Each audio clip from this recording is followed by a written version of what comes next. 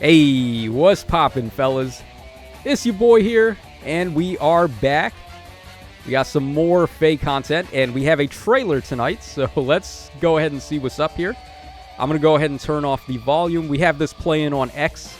Now, the video was up on YouTube, actually, but it wasn't the full, it wasn't the English version. It was the Japanese one. So let's see what they got cooked up for us here. All right, new rearmed hero joins the battle. All right, surprise, surprise, right? So, Ginnungagap, the eldritch horror that killed Freya in the Tempest trial. So, she's going to be a cavalry dagger type. We already knew that. So, let's see here. Arcane Void, we know what it does. It was leaked in the data mine, but I'll read it again. So, 14 might, 2 range, -1 special trigger. If unit's HP is over 25%, gets all stats of 5. Inflicts all stats -X on the foe, where X is the highest penalty on each stat between target and foes in 2 spaces. And unit makes a guaranteed follow-up attack and grants special cooldown charge +1 per attack. And it's got built-in Dagger 7, of course. I think it's a pretty solid dagger. You've got all the makings of a good weapon there. -1 special trigger with the acceleration on hit, so that's very good. Guaranteed follow-up as well, which at this point, I mean, null follow-up is great, but you can get null follow-up from everywhere. So, guaranteed follow-up at least gives some love to the slow units, so I think that will age a little better at this point. And then, you gotta have prior debuffs on the enemies, so when you're running this skill, you're gonna want stuff like double def res ploys and things like that, like all of these debuffing skills that are really nice. Double chills, level 4 even, if you've got those. So, just find a way to debuff the enemies, and this weapon will be putting in a lot of work. We have lethality there, very nice that she comes with that. Fire Flood Boost. Oh, they finally brought it back. Okay. So, Fire Flood Boost, this is a really good skill. It's basically just a better mirror stance, because you get dual phase attack res up 7 and inflict guard. The only thing is that you got to be above 50% HP and in 2 spaces of an ally as well, which isn't the worst condition. So, as long as you're meeting all those requirements, this is better than the double stances. And you get HP up 5 as well. Ruler of Nihility, so unique B skill here. At the start of turn, inflicts attack and defense -7, discord, and a status preventing counterattacks on the nearest foes within 5 spaces of unit, and foes in 2 spaces of those foes through their next actions. Oh boy. No, this is really strong. So you do flash, you do discord, and attack and defense -7, and then it chains to enemies in 2 spaces. That is a good way to do that. That's pretty good, and she's a cavalry type too. So, yeah, not bad. I mean, one of the main complaints with range caps is that they have no way to deal with DR. But lethality gives them that way. And then also, a lot of debuffs here. With flash and, like, all the good stuff. Discord as well.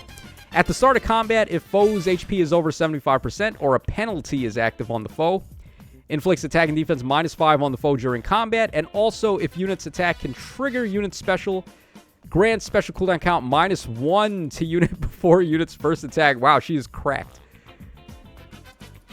Okay, so she gets times pulse as well before attack. This is the Wind Clawed effect where he just ramps into lethality. Yeah, so Gulve or Ginnungagap is going to be able to do that too. Oh my god. Yeah, that's pretty good. Alright, then we have Fatal Smoke 4 here. Foe cannot recover HP during or after combat. Neutralizes foe's non-special. If foe would reduce unit's HP to 0, unit survives with 1 HP effects during combat. So, an answer to Miracle, huh? Yeah, Miracle do kind of be everywhere now, so nullifying non-special Miracle, that doesn't count against Miracle the special, but like support Miracle from Fallen Maria, and also all of the Ymir units are going to be negated by this, so that's pretty good. Also, after combat, inflicts deep wounds and a penalty that neutralizes non-special Miracle effects on target and foes in 2 spaces of target through the next actions. Yeah, that's not too shabby. It's just that right now, deep wounds is pretty niche. Like, there's not too many reasons why you would want to run that, but yeah, Miracle is actually kind of niche too. I think I might rather have Colorless Feud than run this, because at least you're getting stats out of that. And Colorless Feud works on a lot of other things too, besides just Miracle. So, it's okay, I guess. Alright, let's keep going here.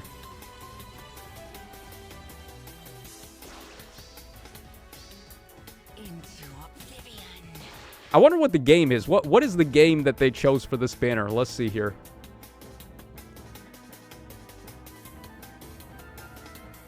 Oh, is that Isadora? Oh. Hello. Fire Emblem 7 banner? Are we getting Athos? Come on. There's no way they drop a FE7 banner at this time and they don't give us Athos, right? So Isadora, like the most random FE7 choice they could have gone for. Cavalry Lance type, sure. Okay, what is... Oh, wow. Look at the... Wow. We are in Gulveig's house. Look at that. Oh, man. That's a very awesome one. That's a nice background. Okay, so Oh, she's... Wait. Oh, I thought she was a demote because this is, like, not a full kit, but they're going to scroll down, right? So I guess it's not the biggest deal. Guarding Lance, 16 might, 1 range, -1 special trigger. If a rally or movement assist is used by unit or target's unit, grants attack speed and defense up 6, bonus doubler, and foe penalty doubler to unit and target ally or unit and targeting ally for 1 turn. That's pretty good. So just on-demand bonus doubler. That's nice. Also, triple stat +6. And you can do that with reposition. Ooh, that's pretty good. That's a nice support weapon. Also, if unit initiates combat or is in 2 spaces of an ally, grants all stats of 5 to unit, neutralizes effects that guarantee follow-up attacks and prevent follow-up attacks, and reduce damage from foe's first attack by 40%. So she's got all stats of 5, null follow-up, and then also 40% DR. And then she's doing all of this as a support with -1 special trigger. Yeah, this is pretty good. Oh, man, is she better than Eliwood? She might be. She's not giving Kanto, right? Like, Kanto support is also being granted by Eliwood. Also, Null Panic, which is a really nice effect if you're going to run bonus doubler, but... I mean, this is, like, just being able to choose who you want. You don't have to worry about them having the highest attack or having a dragon ally on the team. This is more, like... How do I say this? More consistent than Eliwood. Alright, then she got reposition already. Attack and speed clash 4. Attack and defense snag 4. So the snag 4s are not bad. I actually like this pretty good on the Fallen Crom, who comes with it by default. So attack and defense -4. Then you do attacking in combat. And then attack and defense -7 and sabotage as a debuff to the nearest foe in 4 spaces after you use a movement assist on the unit or the target unit.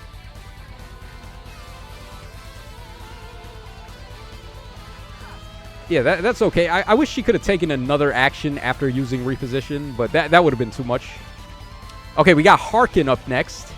Pretty interesting one. Harkin is a pretty badass hero from FE7. Alright, what do we got here? Troubling Blade, 11 might, 1 range, -1 special trigger. He's got a brave attack even if the enemy initiates combat, so dual phase brave here.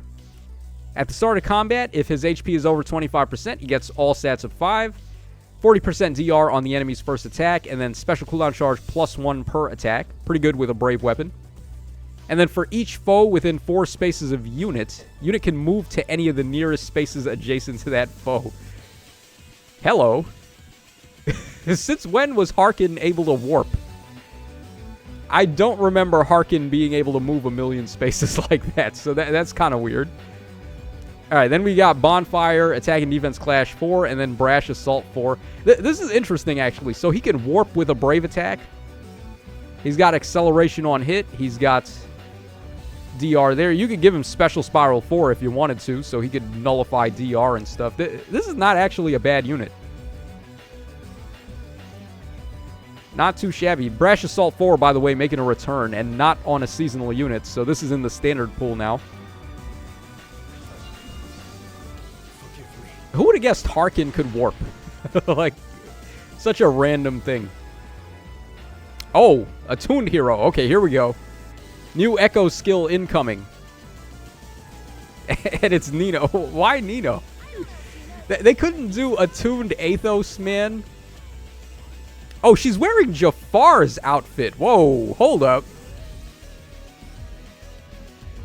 Nino, good girl Nino is an assassin now. Okay. At least they're giving us a concept, right? Like, this is better than all the Ascended heroes that just ended up wearing the same exact outfit again, like Florina, for example. But no, this is cool. This is a concept. Just like how Ascended Joshua had the King of Jehana outfit. This is cool. I like this. All right, so Assassin Nino. She's going to be a green dagger infantry type. Okay. All right, here are the stats, by the way. 38 HP. We are getting... Oh, God. What is that? Remote darting, I think? Oh, and she's got speed and defense tempo, of course. Of course she does. I don't know where she's getting bonuses. Where is she getting bonuses from? Huh. Yeah, she's getting attack and speed ups. I don't even know. Probably from her C skill. So 64 attack, 53 speed, 26 defense, 33 res. We'll come back and we'll figure out what her actual stats are. Okay, Gondul. 14 might, 2 range, -1 special trigger. At the start of turn, if unit is in 2 spaces of an ally, grants attack and speed up 6 to unit and allies in 2 spaces for 1 turn. Okay, so do -6 to her attack and speed there. So she's got 47 speed. All right, if unit initiates combat or foe's range is 2, grants all stats of 5 to unit, grants a bonus to unit's attack equal to X, and speed, defense, and res equal to 50% of X. Oh my God. Do we have to do calculus every weapon? Come on. Why does it need to be this complicated? All right, X is the highest total bonuses among unit and allies within 3 spaces of unit. Oh my God, this is like Ultra Blade Tome then. This is an Ultra Blade Tome. So she's getting the highest total bonuses among unit and allies in 3 spaces, and then 50% of speed, defense, and res as well. Holy shit. Nino is going to destroy, like, whatever she hits. Okay, then she also gets 30% DR on the enemy's first attack, which includes brave attacking, which is nice. And then she also gets back 7 HP after combat, because why not?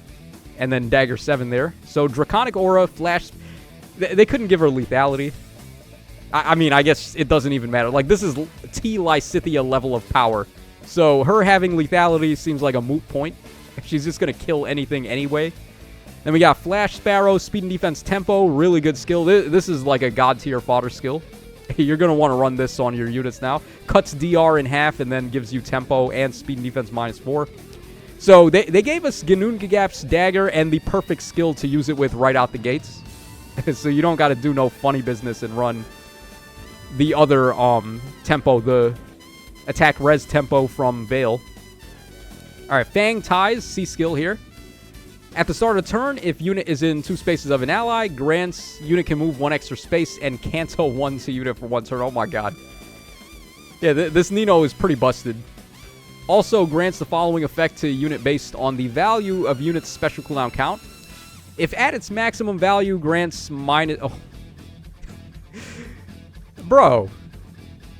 So she gets Times Pulse also, like super Times Pulse, because it's -2 on turn 1. And then if it's at its max value, -1, grants special cooldown count -1. Oh my God. You think she does enough? And then her new Echo skill, Fleeting Echo. If unit initiates combat, grants speed up 2 to unit and reduces damage from foe's first attack by 30%. Oh boy. So 30% DR, like speed up 2 is not the craziest, but the DR is pretty nice there. This is probably going to be range locked because this is like half of Remote Sparrow, I think. That's the icon there is Remote Sparrow. So only range units would be able to use this. But yeah, it's pretty good. I'm just getting DR out of nowhere. Is obviously good. And then the speed up 2 is okay.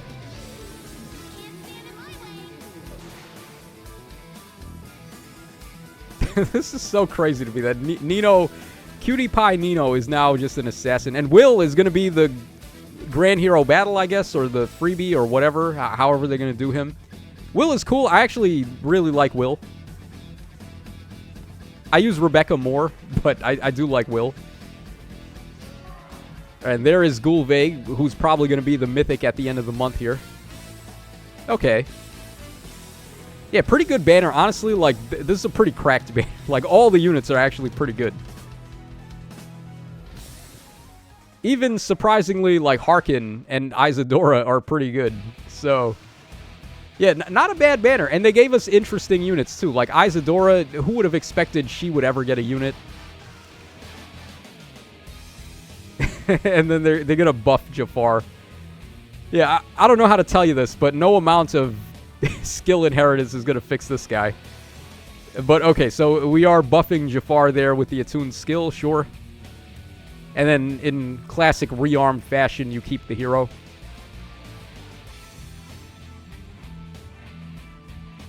Yeah, so is this worth summoning on? I would say yes. But what are you going for? Like, obviously, the rearmed and attuned hero have the most value because you can just fodder them and keep them. But these two are not too bad either. So, like, anything you want to go for here is going to be valuable to a degree. I got to skip those, so I'm not going to summon myself. I have to wait for Ivy's return so I can complete my Grand Master plan. So that's going to wrap us up for this video, guys. Hope y'all enjoyed the coverage on this. And you get double sparks, too, so you can spark Nino and Ginnungagap if you wanted to, which is obviously a good idea. These are two pretty insane units. They both got great fodder skills.